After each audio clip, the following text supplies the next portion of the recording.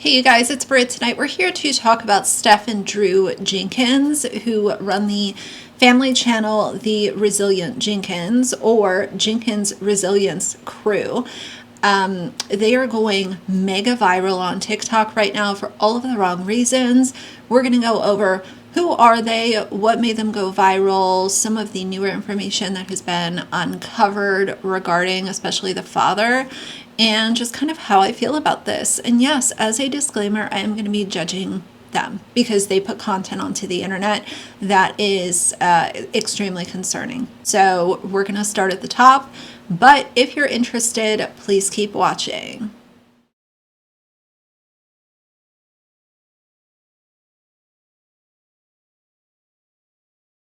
All right, you guys, so I do have notes for this video. I want to make sure that I cover everything that I have kind of been thinking about over the last few days.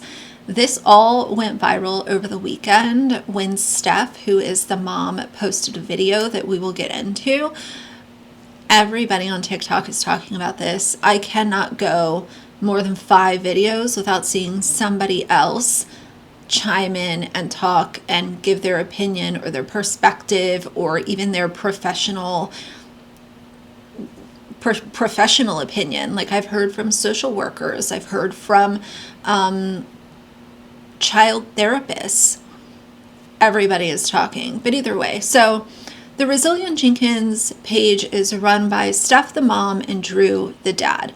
As of right now, they have 89.4 thousand followers. Yesterday, they had 62.7. So unfortunately, they are growing, and this is not a page or people that, in my opinion, deserve to get this platform given to them. They live in a 1-bedroom apartment in Portland, Oregon. Now, they have 4 kids and 1 on the way. They also have 2 cats. The cats are a focal point in this conversation as well, because Steph and Drew are not only not being good parents to their human children, but they're also not being good parents to their pets. And the interesting thing is that there used to be 4 cats. Now there's only 2. So I'm not sure. I haven't really been able to nail down for certain. Was one of the cats rehomed? Were both of them rehomed? Like, what happened with that? But either way, current day, they have 2 cats.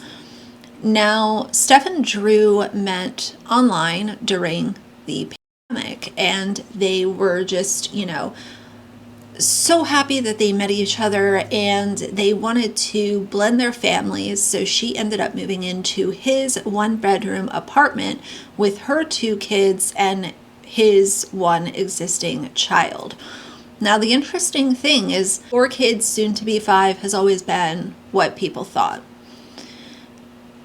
Yesterday, late last night, another woman has come forward to say that Drew actually has a 12-year-old son that he walked out of this child's life when the child was 2 years old and has been avoiding paying child support. So that, to me, tells me a lot about who you are.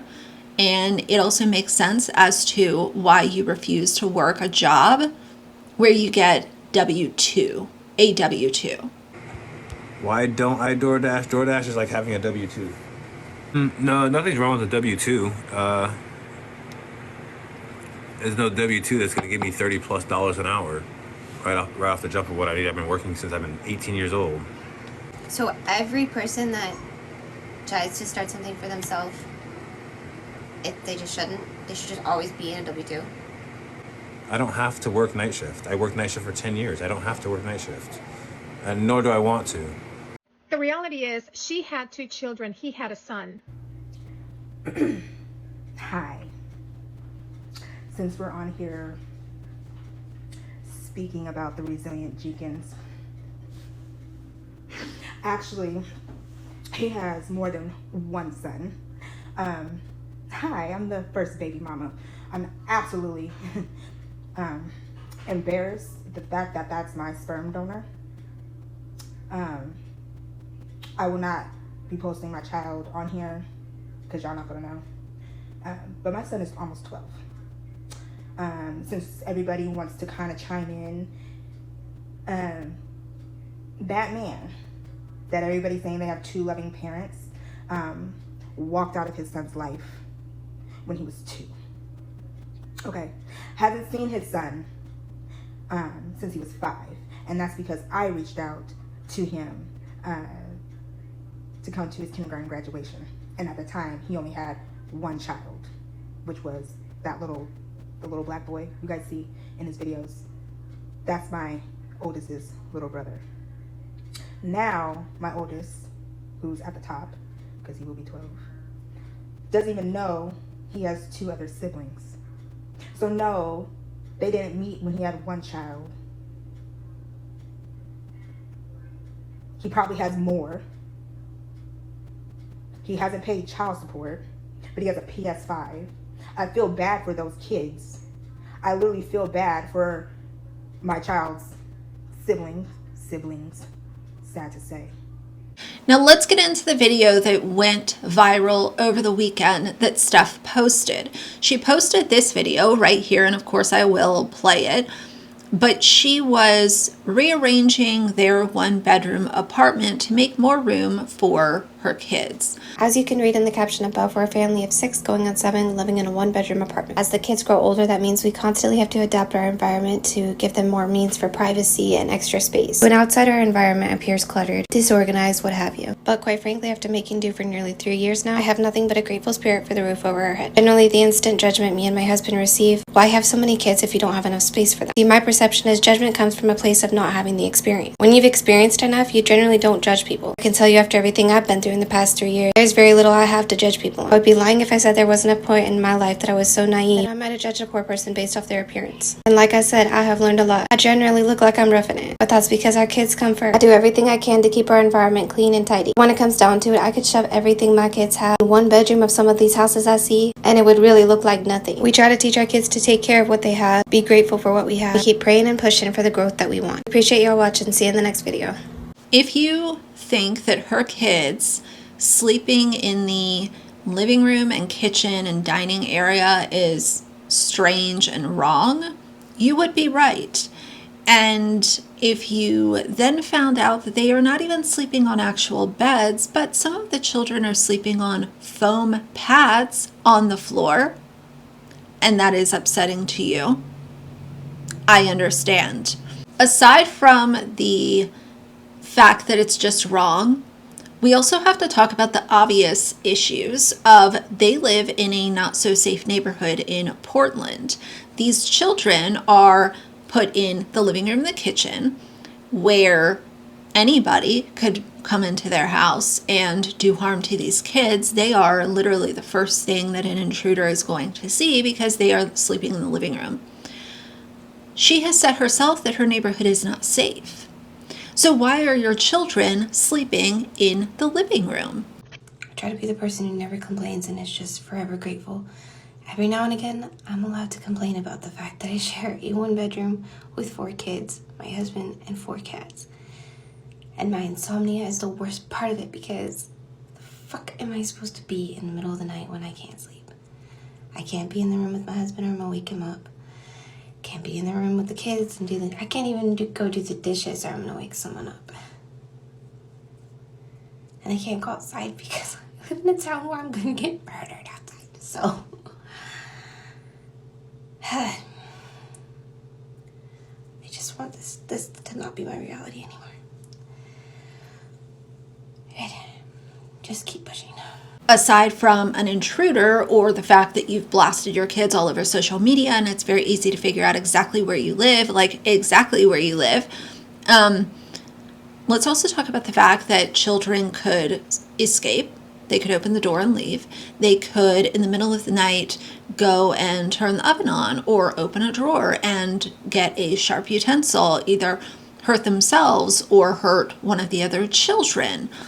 And meanwhile, let's talk about what are Steph and Drew doing in the middle of the night when all of these terrible things could be unfolding in the living room, dining room, kitchen, where their children are sleeping on these dirty foam pads. Steph and Drew are laid up in the bedroom, the only bedroom, in their queen-size bed with their flat screen TV and the computer and their fancy LED lights and a PS5 gaming system and an aromatherapy machine where they can make sure that the room smells like lavender and eucalyptus, while the children are sleeping on dirty foam pads in the living room and kitchen on the floor. Hey y'all, your girl did it again in another viral video, but woo, these days people love to be hating. And honestly, I only have one thing to say to those people. Y'all are entitled to your opinion, and there's a key word in that phrase. I really feel like people just don't even think before they make some of these comments, because I think, quite honestly, a lot before I do anything. My husband and myself thoroughly thought through how much hate we were going to receive for posting and being honest about our living situation. But if I'm being real with you, the folks whose opinions would actually matter, like, say, our apartment manager and the city in which we live in, all of the kids' teachers, really anybody who matters,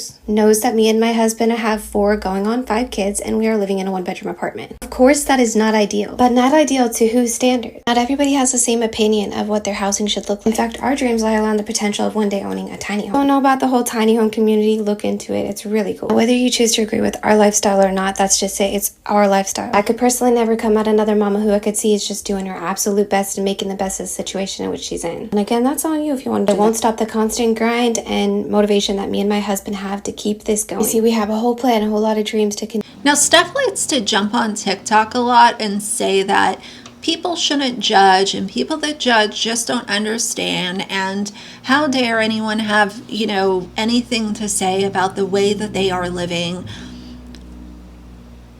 She seems to be ignoring the fact that when you put you being a neglectful parent on social media, people are absolutely allowed to give their opinion and give their very loud and direct opinion about that. So instead of focusing on how you're going to get pregnant next time, or how many kids you can fit into this sardine can of a house, why don't you figure out how you are going to do better for the sake of your kids?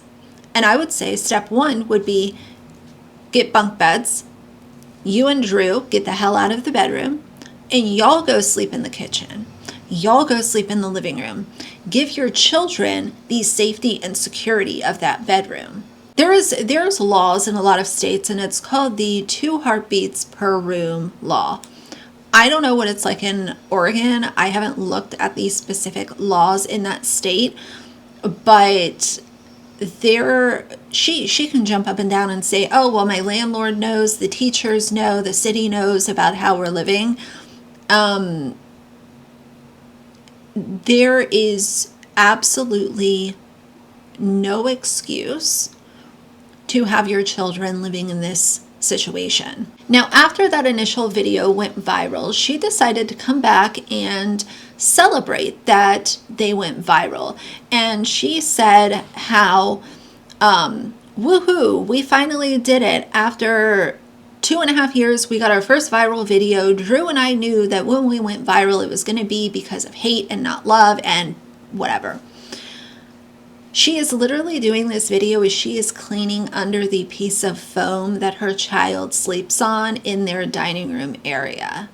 We finally did it, y'all. After 2 years, we got our first viral video. Woohoo! We want to start off by saying thank you and welcome to our new followers. We appreciate any and all support we receive from everybody. Now let's bounce back to that viral video for a second, because if you've seen it, you may know there is some comments that are a little bit nasty. But this was something both myself and Drew were highly prepared for. In fact, we had both assumed that once a video went viral, it would be because of some hateful comments. Sadly, hate spreads a lot faster than love in this world. But if it's gonna spread our content, then go ahead and keep on hating. The fact is, nobody's gonna be harder on a parent than they are on themselves.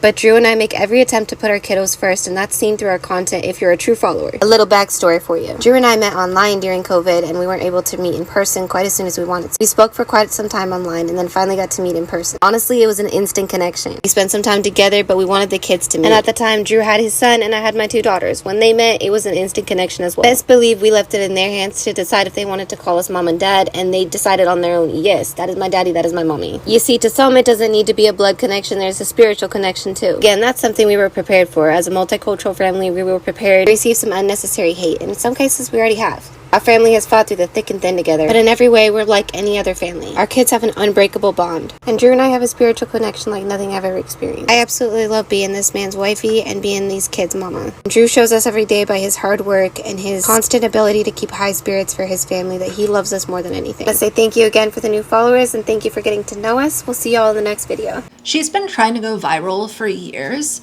and I will say what I've always said for over 4 years on this channel.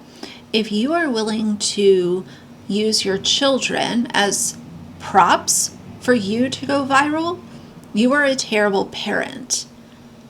I am all here for people wanting to build their social media presence. But if you are using your kids as props and your unhygienic, unsafe living situation as a way to go viral, and then you get upset when people are pissed off, get off the internet and go away, please, for the love of God. I want to talk about how TikTok loves neglectful parenting, and they will spread this content and they will push you in the algorithm. Her videos since that first one have been being pushed so heavily that the first one has 10.4 million views. All of the other ones have over 2 million views. I find it severely concerning that you have been doing this for over 2 years. Your children have been sleeping in squalor, dealing with lice, and your cats having fleas, and your house smelling like cat urine for years.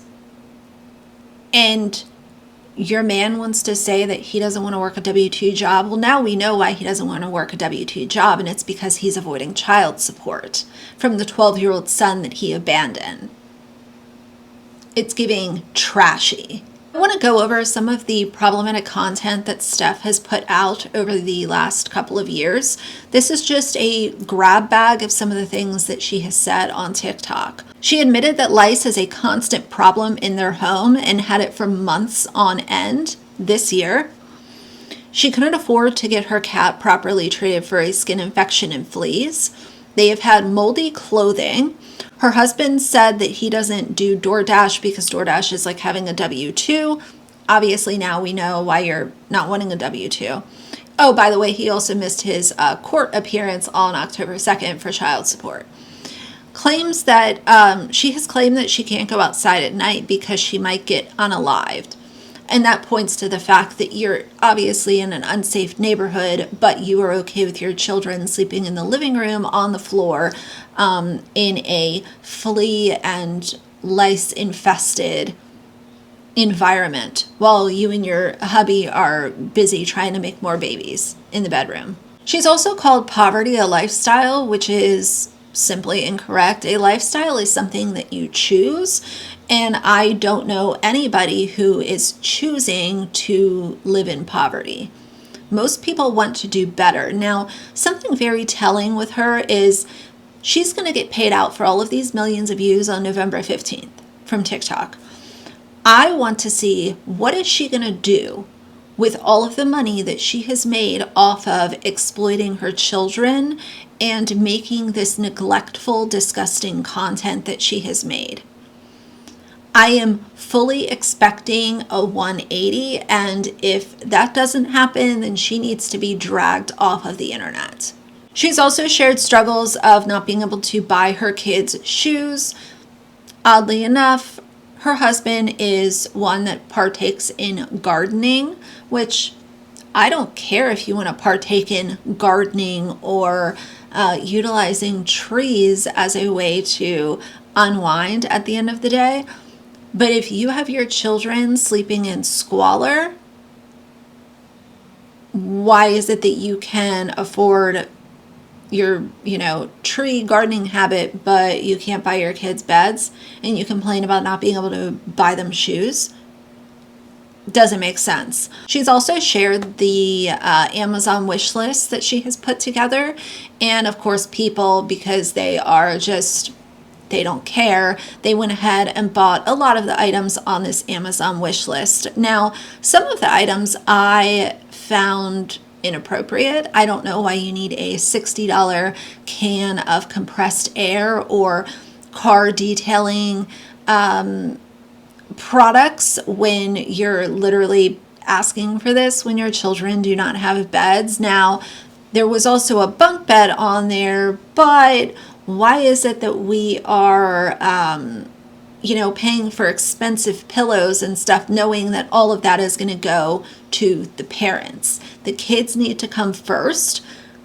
Go get a job at the post office. Go work with the Portland sanitation company, or do anything. Stop trying to avoid getting a W-2 because you don't want to pay child support. A bum. She recently said that they are TikTok's new favorite family to hate on. And I just get so worn out and worn down from the haters, trolls conversation. Literally showing you and your bum husband being neglectful parents and you think that people are hating on you. It's just, in fact, not true. Kids do know that they grow up in poverty. They do realize it.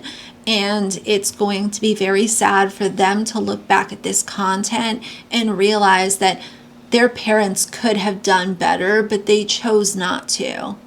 And what are you going to do with all the money that you have made on TikTok on November 15th? I will tell you guys how she can make a few steps in order to fix this. Automatically, her and Drew out of the bedroom. The kids go in the bedroom. They get bunk beds. He gets a full-time job. She needs to rehome the 2 cats that she has because she's obviously neglecting them as well. And she needs to get her kids off social media. The pinned video on her TikTok is literally her breastfeeding her child in a diaper. What on earth are we doing? You are doing anything possible to become a family vlogger, and I think that it's appalling and gross. Now, I'm going to continue to cover this and see kind of what happens, but I wanted to give you all a quick, to the point intro as to what has unfolded all the way through last night. It's a whole lot. This is messy, and I understand that people fall on hard times. I understand that people can get laid off, and you have kids that you have to worry about and all of these things, but this has been going on for the entirety of their relationship, and this is just blatantly lazy and willing to use her kids as props so that she can go viral and make money on social media. Now, she has gone viral. She is going to make a decent paycheck from TikTok on the 15th, and we're just going to see what happens from there. Her husband, like, what a bum. What a bum. Like, oh, I don't want to work a W-2 because I want to make $30 an hour and I'm better than everything. Like, please save it. You're a bum. But either way, that's how I feel about the Jenkins family, and we're going to see where this goes next. I'm going to splice a couple of other videos in this one from a kinship parent that had some good thoughts, and one is from a social worker who also experienced homelessness as a child. I guarantee you that CPS has been alerted about that family. That's the nature of the internet. When you have something that goes this level of viral, that you have this level of virality, and it involves child welfare. And the truth of the matter is, I'm not debating whether or not CPS should or shouldn't get involved, because that doesn't matter. It's already likely done. You have so many people calling for this in the comments, in the stitches, in the reposts, and you have some significant issues that could get through a screening process for a hotline call. So I want to talk about what that looks like if and when CPS gets involved with the Jenkins, because it's not what you think. First step is that there's going to be a call made to the Oregon Child Abuse Hotline. They're likely at this getting hundreds of calls. Those calls will each be screened, and if they meet the criteria for an investigation, then there will be an investigation opened. If they don't meet the criteria, they'll get screened out. But I do believe that because of the nature of some of the issues that we're seeing going on and seeing spoken about, that there might be enough to get through a screening process. And if it gets through the screening process, it would likely be along the lines of neglect and environmental hazard. Now, I am speaking from the perspective of a kinship parent in Florida. So things might be a little things. There is basic things that usually are similar across states, but exact terminology and exact process can vary from state to state. The laws can also vary. So I am speaking from this perspective of Florida. So just keep that in mind. But environmental hazard and neglect. So when they go, so the next step, if an investigation is opened, they'll go out there, they'll visit the home, to see the home, to speak with the parents, and to speak with the children. Now, when they enter, now I'm going to do this based on the issues that we are seeing at hand. So that is the children not having proper beds, the children sleeping in unsafe conditions, the children, the flea issue, the persistent lice issue, the moldy clothes that are mentioned, all of these, the house smelling like cat pee. So we do know the moldy clothes issue is resolved. We do know the lice was a struggle before, but it is resolved now. I believe the fleas are resolved. We don't know about that. But if they walk in there and the house smells like cat pee and the children, at least the girls, do not have proper beds is important. So that is something that that's going to likely be a strike against them, that the children don't have proper beds. It's debatable, the privacy issue, the children not where the location of where the children are sleeping, that's debatable, and that can be subjective. And I want to preface this with saying all of this can be subjective. The truth of the matter is that CPS does whatever they want regardless of law and policy, and they regularly get away with it.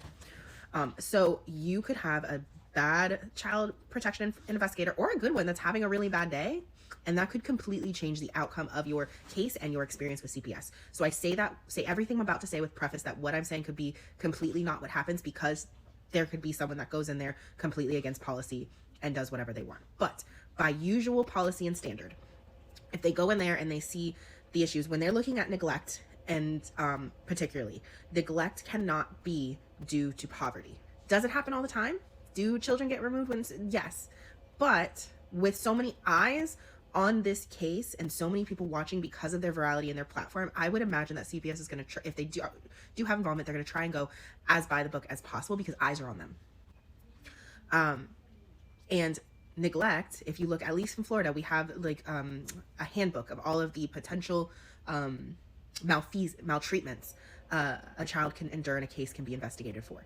And neglect in particular, there's a specific criteria that says that neglect cannot be due to poverty. It has to be intentional. And I'm not saying, because I do believe that this is not neglect due to poverty, that there is an intentional choice, but that's in a whole other discussion. All that matters is that the parents can argue and say that the neglect is due to them not having money. They're not going to question that super hard.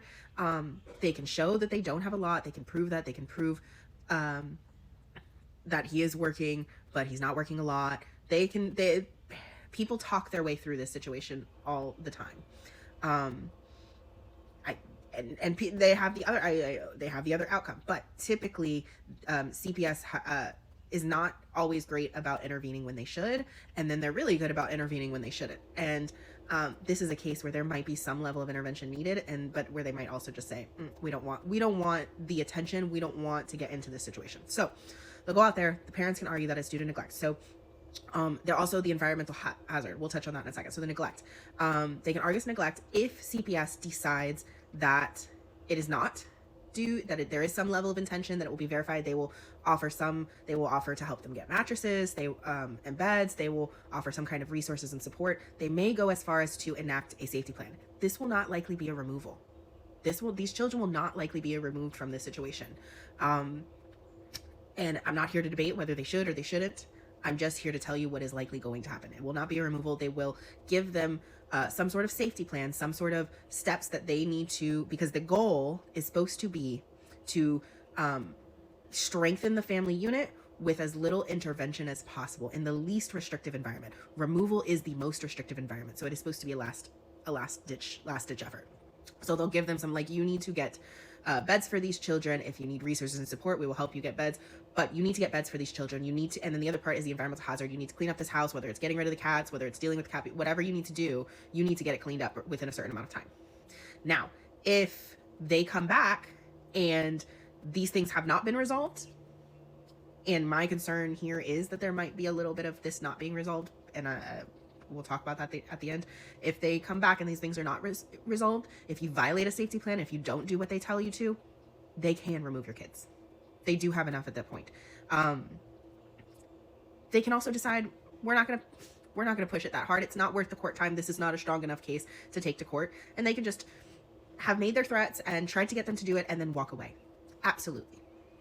Now, if they talk to those kids and those kids divulge something further that's a more severe issue, then we might see something different. But this is not likely a case that is going to start an immediate removal. It's likely a case that is going to maybe have some sort of intervention if CPS feels this is intentional. But CPS will also get away with saying, it's not intentional. They're just poor and here's some resources and dip out. I do not see this situation changing because the situation has been in play for years. I don't see this situation changing anytime soon because she has, this is the problem with platforming this kind of situation. They are using the rage views and the rage engagement to make money and make income. So they will not resolve this situation for the children unless there is some kind of intervention. And it's a whole nother discussion for how we platform these situations and handle these situations as the internet.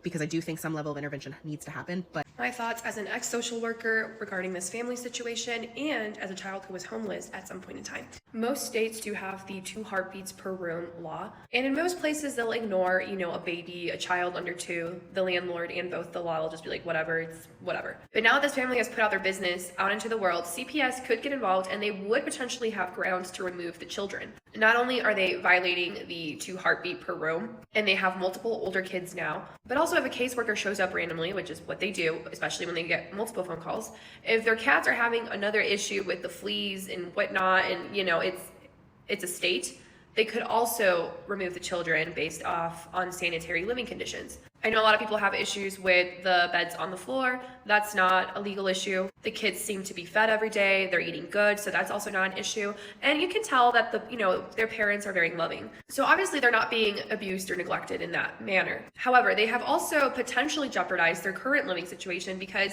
the landlord could also get in legal trouble if he's turning a blind eye to a large family living in a 1-bedroom apartment. Now, in most cases, most of these situations go unreported or people don't care because you don't put your business out online. This is why I understand if somebody's kind of going through a hard time. Trust me, I get it. Ex-social worker, I was homeless as a child with my mom. I understand falling on hard times. Circumstances can change so fast. But this is where I don't think that we need to be putting every single thing online.